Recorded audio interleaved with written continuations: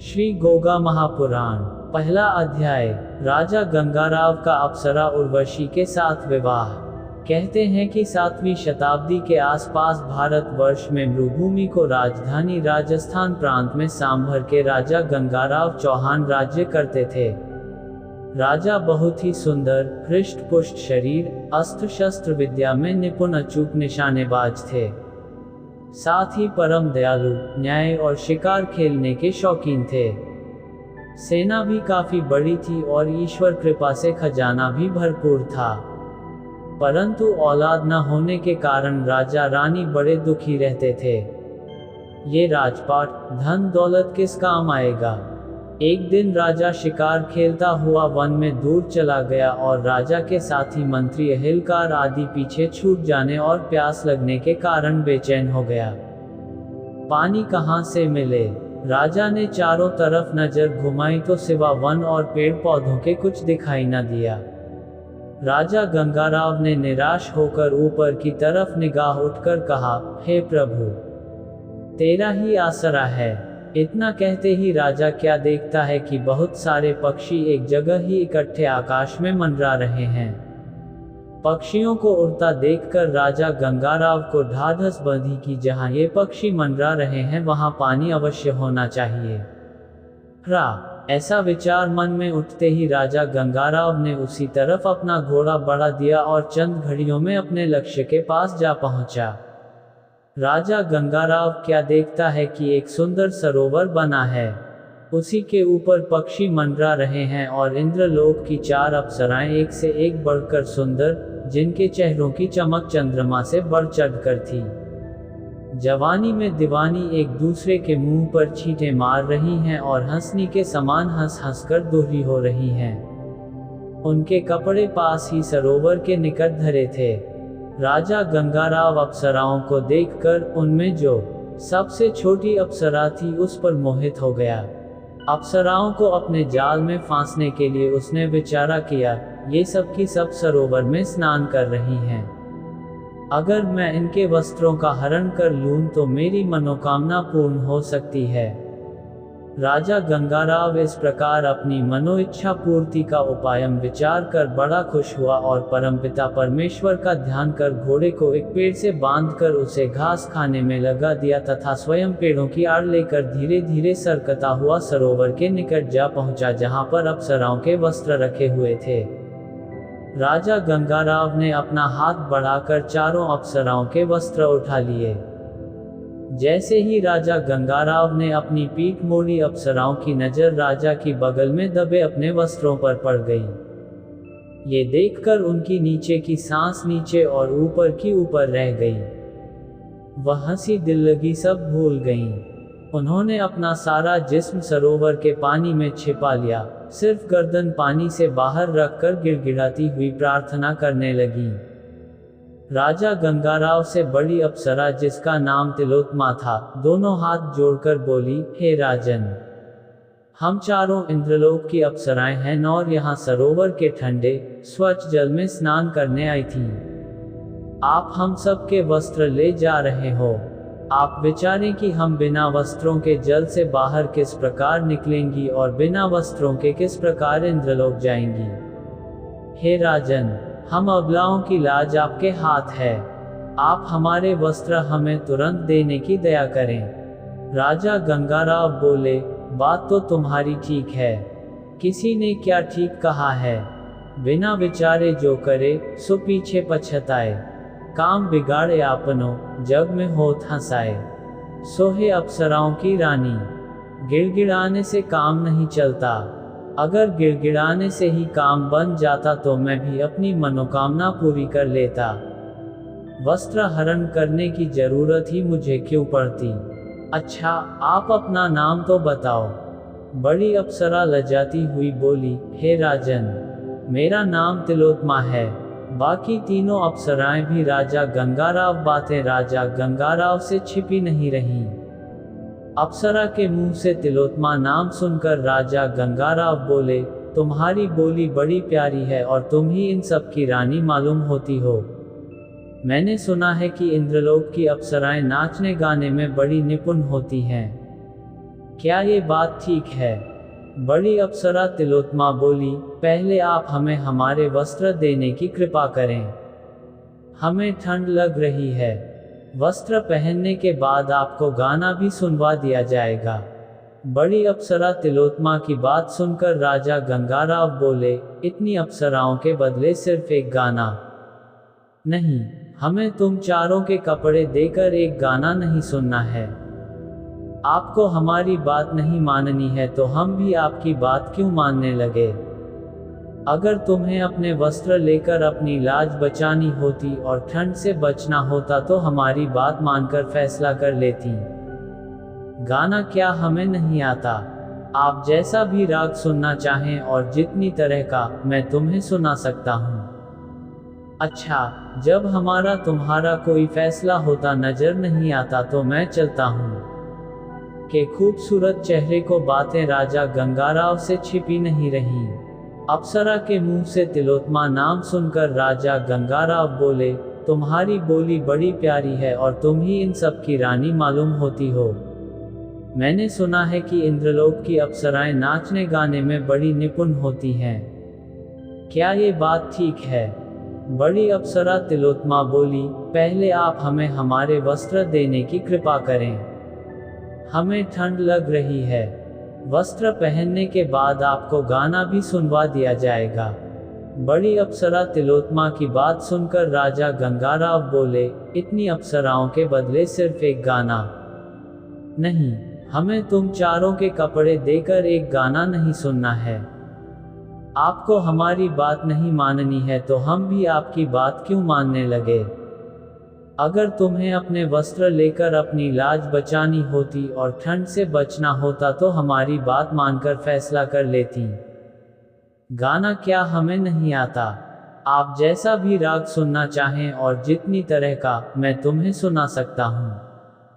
अच्छा, जब हमारा तुम्हारा कोई फैसला होता नजर नहीं आता तो मैं चलता हूँ। टकटकी बांध कर निहार रही थी। छोटी अप्सरा का सबसे बुरा हाल था। उसकी तो पलक झपकती ही नहीं थी। ये सब राजा गंगाराव की बातें सुनकर चारों अप्सराओं को कंपकंपी आ गई। उनकी आंखों के आगे अंधेरा छा गया। वे चारों ही गिड़गिड़ाकर एक साथ बोली, कृपा कर हमें बताएं कि हमारे वस्त्र देने में आपकी क्या शर्त है और आप हमसे क्या चाहते हैं। हमारे बस की जो भी बात होगी हम सब वायदा करती हैं कि उसे जरूर मान लेंगी। अप्सराओं की घबराहट देखकर राजा गंगाराव बोले, आपने वायदा किया है कि आप मेरी शर्त मान लेंगी तो मैं आपको बताने में हर्ज नहीं समझता। मैं आपसे सिर्फ ये चाहता हूँ कि आप में जो ये सबसे छोटी अप्सरा है, इनकी कजरारी आंखों ने मेरे हृदय को छलनी कर दिया है। मैं चाहता हूँ कि एक तो इनका नाम मुझे बताया जाए, दूसरे मैं इनके साथ शादी करके इन्हें अपनी महारानी बनाना चाहता हूँ। मेरी सिर्फ यही इच्छा है। अगर आप मेरी मनोकामना की पूर्ति कर दें तो मुझे आप लोगों के वस्त्र देने से कतई इनकार नहीं है। राजा गंगाराव की बात सुनकर बड़ी अप्सरा तिलोत्तमा बोली, हे राजन, ये जो सबसे छोटी अप्सरा है इसका नाम उर्वशी है और ये नाचने में कमाल करती है। ये सारे इंद्रलोक की शान है। इसे हम आपके पास छोड़ जाएं तो राजा इंद्र हमें जिंदा ही जमीन में गड़वा देंगे। हाँ, हम तीनों में से आप जिसे कहें वो आपके पास रुक जाए। इसे तो आप हमारे साथ चलकर और अपना गाना सुनाकर राजा इंद्र को खुश करके ही उनसे मान कर ला सकते हैं। अप्सरा तिलोत्तमा की बात सुनकर राजा गंगाराव ने चारों अप्सराओं को कसम धर्म उठाने के बाद स्वर्गलोक में उनके साथ जाने की उनकी उपरोक्त शर्त मान ली और चारों अप्सराओं के वस्त्र उनके सुपुर्द कर दिए, जिन्हें उन्होंने राजा के मुंह फेर लेने पर एक दूसरे की ओट करके होशियारी से अपने अपने वस्त्र पहन लिए। चारों ने अपने उड़न खटोले पर बैठकर अपने वचन के अनुसार राजा को भी अपने साथ में बिठा लिया। राजा गंगाराव की खुशी का ठिकाना नहीं था। वह अपनी तकदीर को देख परमात्मा का धन्यवाद करके प्रार्थना करने लगा कि हे दीन बंधु, जहाँ इतनी दया की है कि जीते जी स्वर्गलोक जा रहा हूँ, वहाँ इतनी दया और करना कि स्वर्गलोक का राजा इंद्र मेरा गाना सुनकर प्रसन्न हो जाए और इस अप्सरा उर्वशी को मेरी रानी बनने को मेरे सुपुर्द कर दे। इसी तरह राजा गंगाराव विचारमग्न उड़न खटोले में बैठा जा रहा था कि स्वर्गलोक के सुंदर दरवाजे पर जाकर उड़न खटोला रुका। चारों अप्सराओं और राजा गंगाराव को उतारकर उड़न खटोला अपने स्थान पर खूंटी पर जाकर टंग गया।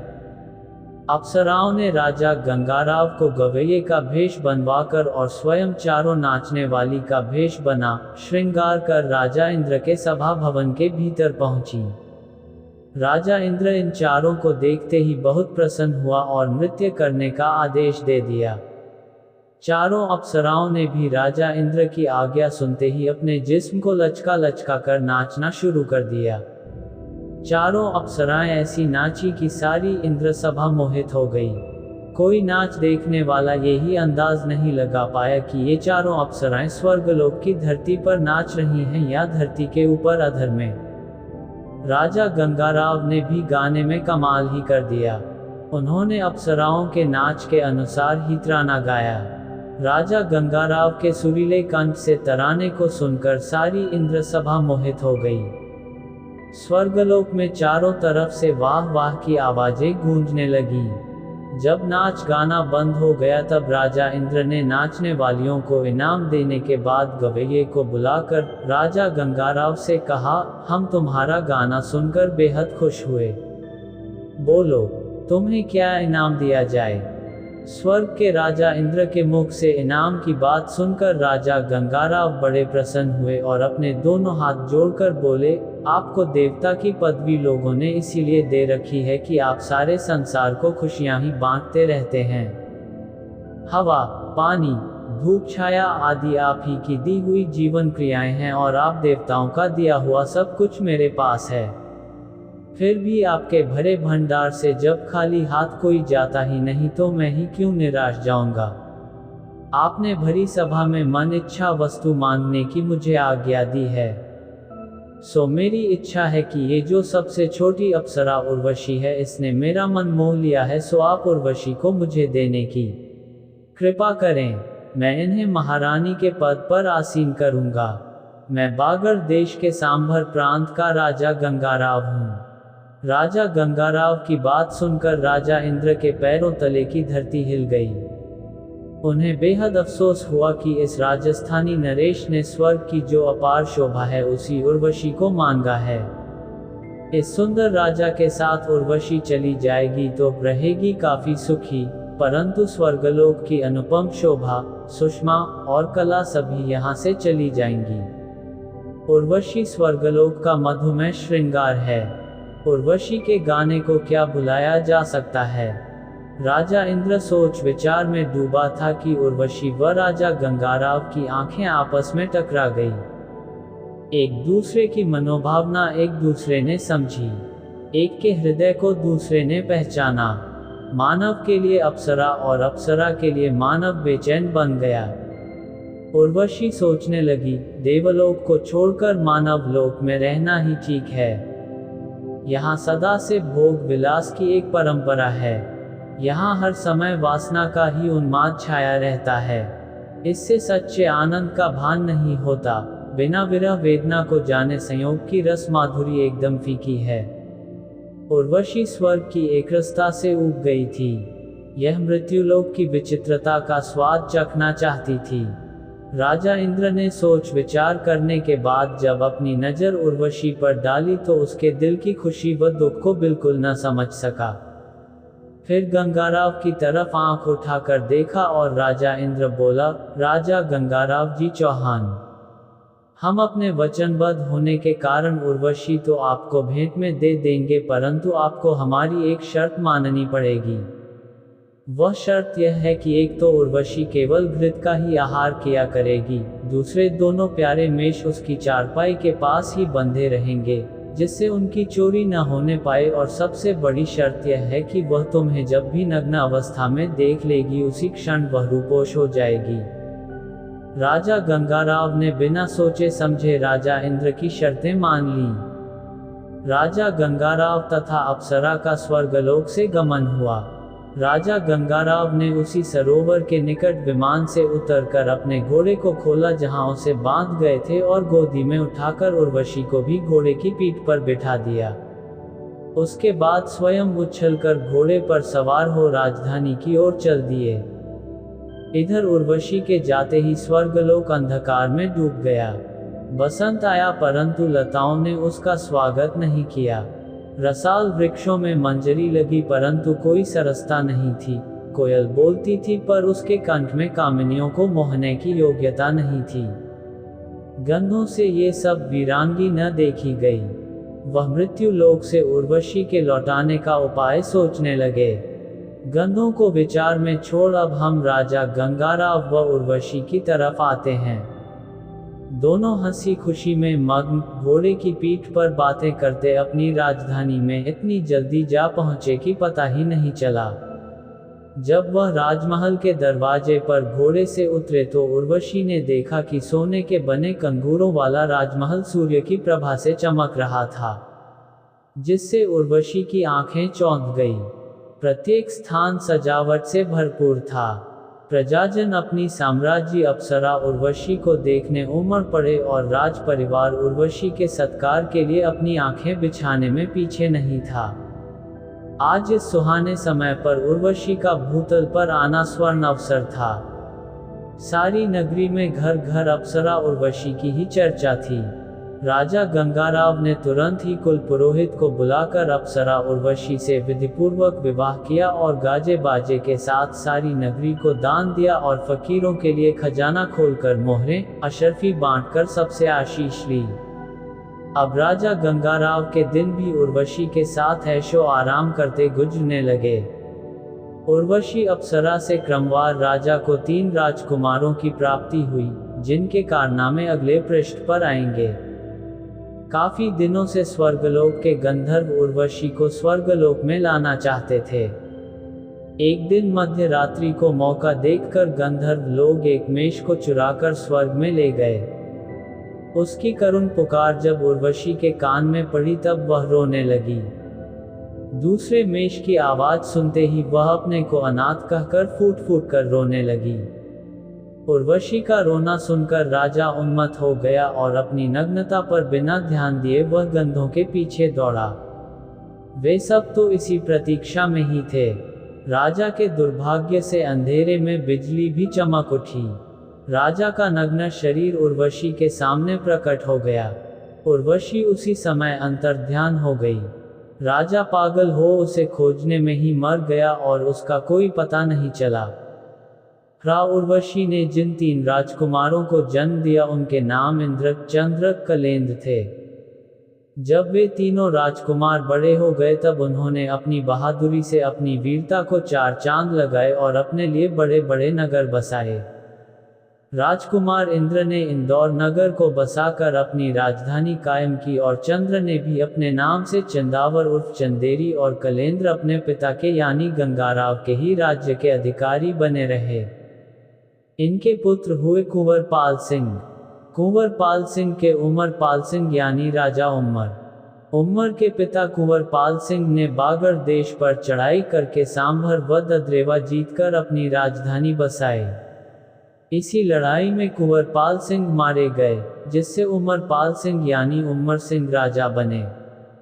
इनकी रानी ने 3 संतानों को जन्म दिया, जिनमें 2 लड़के जिनका लाड का नाम जेवर व नेवर रखा गया।